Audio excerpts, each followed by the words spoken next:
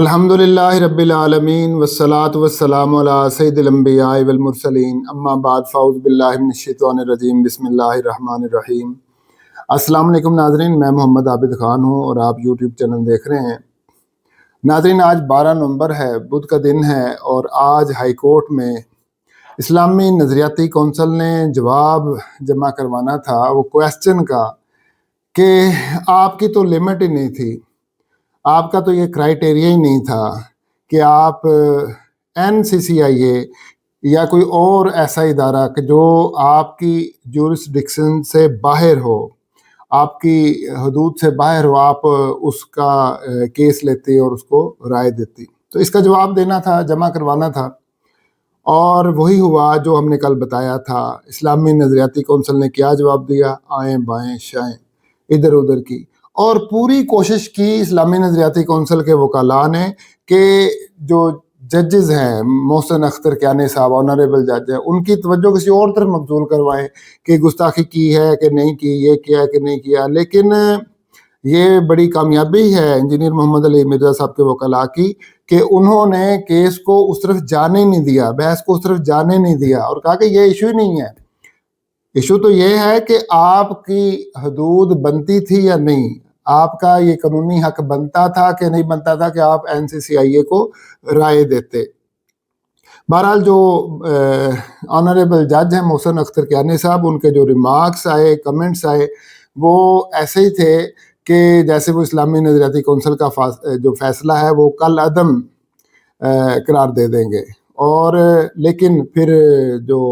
اسلامی نظریاتی کونسل ہے، انہوں نے استدعا کی کہ ابھی ہم نے تھوڑی اور بحث کرنی ہے، ہمیں تھوڑا سا اور ٹائم دیا جائے۔ تو پھر جو ہے ڈیٹ جو ہے ایکسٹینڈ ہو گئی 4 دسمبر تک، اور مجھے امید ہے انشاءاللہ عز و جل کہ 4 دسمبر کو اسلامی نظریاتی کونسل کے خلاف فیصلہ آئے گا، اور ان کی جو سو کالڈ فیصلہ ہے یا جو ان کی رائے ہے اس کو کل عدم قرار دیا جائے گا۔ ناظرین، ان کا جرم صرف اتنا نہیں ہے کہ انہوں نے اپنے حدود قیود سے تجاوز کیا، ان کو اشخاص پر تو رائے دینے کا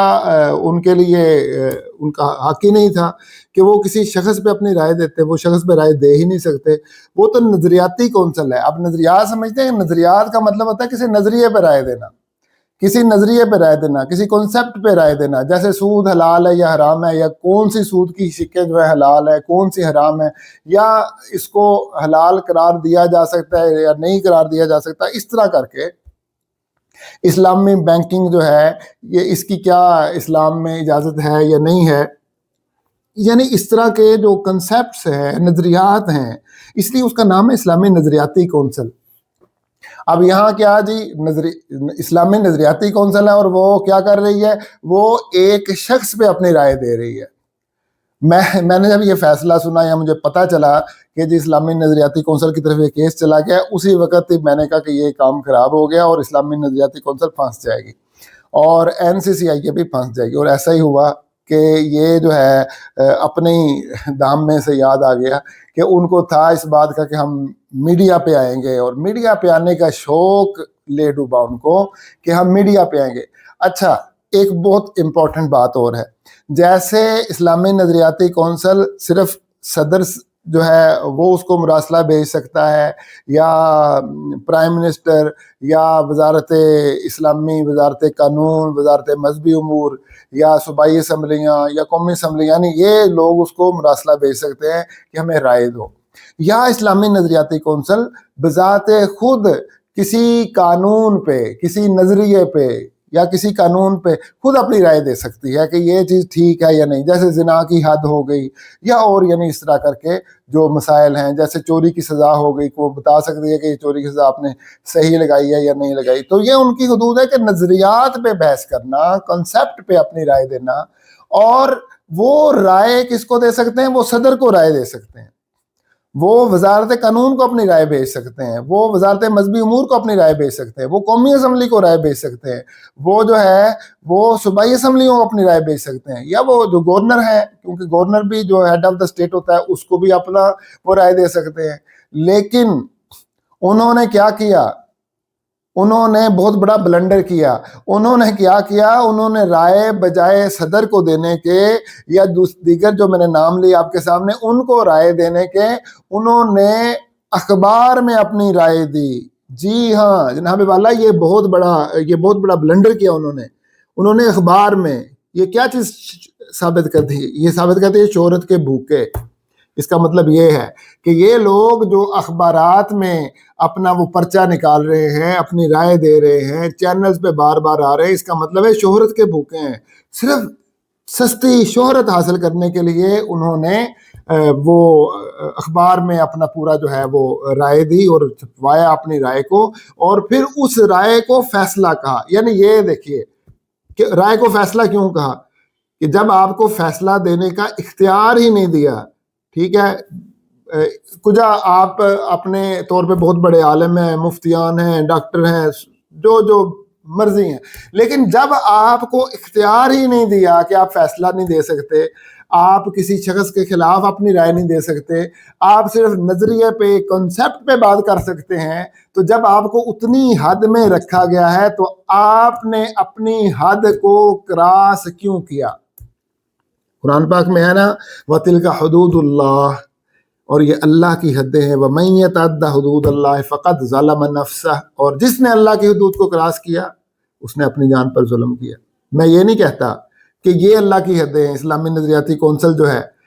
وہ اللہ کی حدود اور ہیں جو قرآن مجید فرقان حمید میں بتائی گئی, لیکن میں یہ بتانا چاہتا ہوں کہ حدود جو ہوتی ہیں, چاہے وہ اللہ تبارک و تعالیٰ کی حدود ہوں یا وہ اسلامی ریاست نے آپ کے لیے ایک حدود وضع کی ہوں, قانون پاکستان کے لا نے آپ کے لیے حدود وضع کی ہوں, ان کی بڑی امپورٹنس ہوتی ہے. اور جناب اسلامی نظریاتی کونسل کے معزز ممبران, آپ اس حدود کو کراس کر چکے ہیں اور آپ نے بارہا کراس کیا ہے. آپ پوڈ کاسٹ میں آئے ہیں, آپ چینلز پہ آئے ہیں, آپ نے جگہ جگہ شہرت حاصل کرنے کے لیے, اور آپ نے ایک بندہ جس کا کیس چل رہا ہے عدالت کے اندر, اور آپ کی جو رائے ہے وہ بہت اثر رکھ سکتی ہے اس بندے کے جو ہے سزا جو ہے اس کے اوپر, اس کے خلاف جا سکتی ہے اور بہت نقصان اسے پہنچا سکتی ہے, اور پبلک اوپینین آپ نے کریٹ کرنے کی کوشش کی, اور آپ کی یہ جو رائے تھی جس کو آپ فیصلہ کہہ رہے ہیں, اس رائے کو ملک کے تمام علماء نے, بریلوی مکتب فکر کے خاص طور پہ اور کچھ دیوبندی مکتب فکر کے علماء نے, اور وہ علماء جو انجینئر محمد علی مرزا کے بارے میں اپنے دل میں بغض رکھتے تھے, کرودھ رکھتے تھے, رنجش رکھتے تھے, جن کو حسد تھا اس بات کا کہ لوگ ان کی بات کیوں سنتے, ہماری بات کیوں نہیں سنتے, انہوں نے آپ کی رائے کو بہت زیادہ استعمال کیا, اور آپ کی اس کی رائے کی وجہ سے انجینئر محمد علی مرزا کی شہرت کو, اس کی شخصیت کو بہت ٹھیس پہنچی. یہ آپ سے ابھی پوچھا جائے گا. یہ جب آپ کا فیصلہ کالعدم قرار دیا جائے گا تو پھر آپ کے خلاف ایک اور کیس بنے گا, اور 17 ممبران کے خلاف کیس بنے گا, اور آپ اس سے گھبرا رہے ہیں. اصل گھبراہٹ اس کی ہے. اور یاد رکھیے, پورے پاکستان کے علماء بھی آپ اکٹھے کر لیں اور آپ کے حق میں فتویٰ دے دیں, انجینئر کے خلاف فتویٰ دے دیں, لیکن یہ جو آپ نے حدود کراس کی ہیں, جو پاکستان کے قانون نے آپ کے لیے حدود متعین کی ہوئی تھی کہ آپ ان شخصیات کو رائے دے سکتے ہیں, ان شخصیات کے مراسلے ایکسیپٹ کر سکتے ہیں, انہی کو رائے دے سکتے ہیں, اور آپ پریس ریلیز نہیں جاری کر سکتے. جی ہاں, آپ نے پریس ریلیز جاری کی, اور یہ سب سے بڑی آپ کی حماقت تھی, پریس ریلیز جاری کرنا. تو ناظرین, انشاءاللہ تعالی جیسے میں نے تبصرہ کیا تھا, تجزیہ آپ کو دیا تھا کہ وہی کچھ ہونا ہے. آئیں بائیں شائیں کٹھ پتلیاں ہیں, یہ سب کٹھ پتلیاں ہیں. ایک کال آ جائے تو یہ لوگ اپنا فیصلہ بدل دیتے ہیں, اپنا فتویٰ بدل دیتے ہیں. ان کے فتووں کی, ان کے فیصلوں کی یہ اوقات ہے کہ ایک کال آ جائے تو سارے فتوے بدل جاتے ہیں, سارے فیصلے بدل جاتے ہیں, حلال حرام ہو جاتا ہے, حرام جو ہے وہ حلال ہو جاتا ہے. اللہ ماشاء اللہ, میں سب کی بات نہیں کر رہا, لیکن بہت سارے لوگ ایسے ہیں کہ جو اسی طرح کرتے ہیں. تو ناظرین, آپ دیکھیں گے کہ آگے کیا ہوتا ہے. 4 دسمبر کو کیسے ہائی کورٹ ان کا جو رائے ہے اس کو کالعدم قرار دیتی ہے, اور پھر کیا ہوگا, نہ جائے رفتن نہ پائے ماندن, کہ ان کے لیے سر چھپانے کی جگہ نہیں رہے گی. اور مجھے امید ہے کہ یہ اور کچھ ہو نہ ہو, جو ڈاکٹر راغب نعیمی صاحب ہیں، یہ جو ہے ان کو استعفیٰ دینا پڑے گا، یا پھر جو ہے ان کو ڈسمس کر کے کسی اور کو اسلامی نظریاتی کونسل کا سربراہ بنایا جائے گا۔ مجھے یہ میں گیس کر رہا ہوں، یہ میرا ایک اپنا تجزیہ ہے کہ ایسا ہو جانا ہے، ایسا پاسبل ہے۔ اور پھر جتنے بھی ممبران ہیں وہ اصل کٹا چھٹا پھر بعد میں کھلے گا کہ یہ کیا بات تھی اور یہ فیصلہ کس پریشر میں دیا گیا، کون تھا پریشرائز کرنے والا، کیسے یہ سارا کام معاملہ ہوا، یہ پھر اندر سے کٹا چھٹا بعد میں کھلے گا، اندر کی خود یہ ساری باتیں باہر آئیں گی انشاءاللہ تعالیٰ عز و جل۔ ناظرین، آج سیشن کورٹ میں بھی انجینئر محمد علی مرزا صاحب کی وہ جو ضمانت کا کیس لگا ہوا ہے، لیکن میری اطلاعات کے مطابق وہاں پہ سٹرائک ہے، اور مجھے لگتا ہے کہ وہ بھی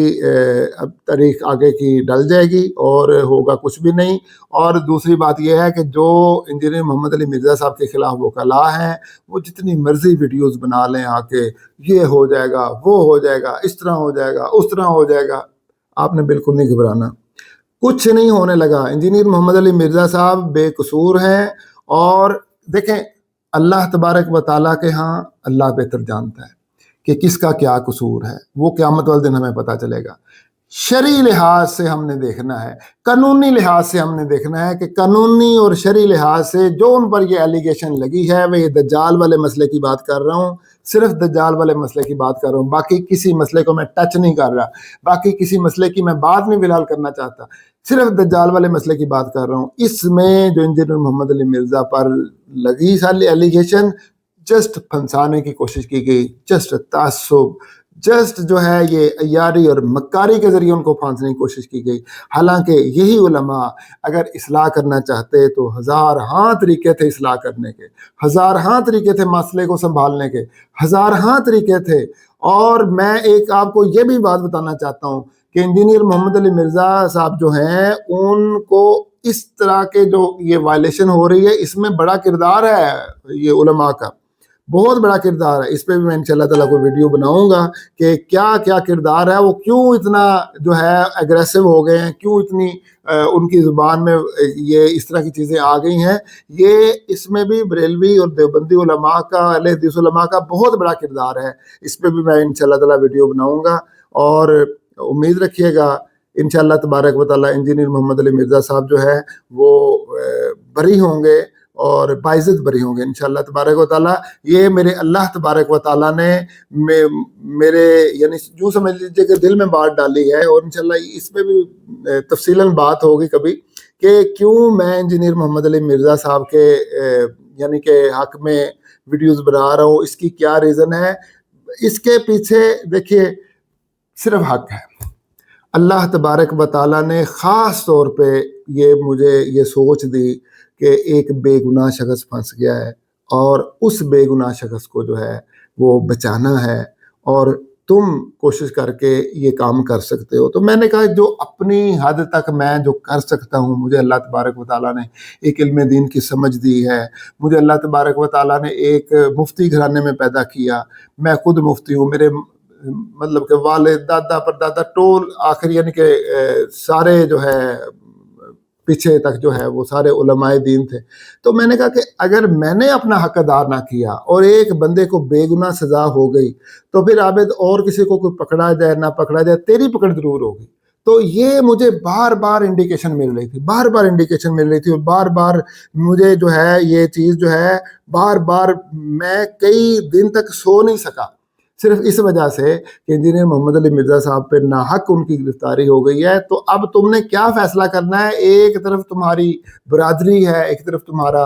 یہ بریلوی مکتب فکر ہے، دھڑا ہے، اور دوسری طرف حق ہے، تم نے کس کا ساتھ دینا ہے؟ تو میں نے فیصلہ کیا کہ میں نے حق کا ساتھ دینا ہے۔ میں نے ایک بندہ جو بے گناہ پھنسا ہوا ہے، میں نے اس بندے کا ساتھ دینا ہے، اور اس کو میں نے بچانا ہے۔ اللہ تبارک و تعالیٰ مجھے اور آپ کو دین حق پر چلنے کی توفیق عطا فرمائے، اور ہمیں صراط مستقیم پر چلنے کی توفیق عطا فرمائے، حق کے راستے پہ گامزن رکھے۔ اور میں دعا کرتا ہوں کہ اور امید بھی کرتا ہوں اللہ تعالیٰ قبول فرمائے گا کہ انجینئر محمد علی مرزا صاحب کو اللہ تعالیٰ باعزت بری جو ہے وہ کروائے گا عدالتوں سے۔ ما علیہ البلاغ المبین، والسلام علیکم ورحمۃ اللہ وبرکاتہ۔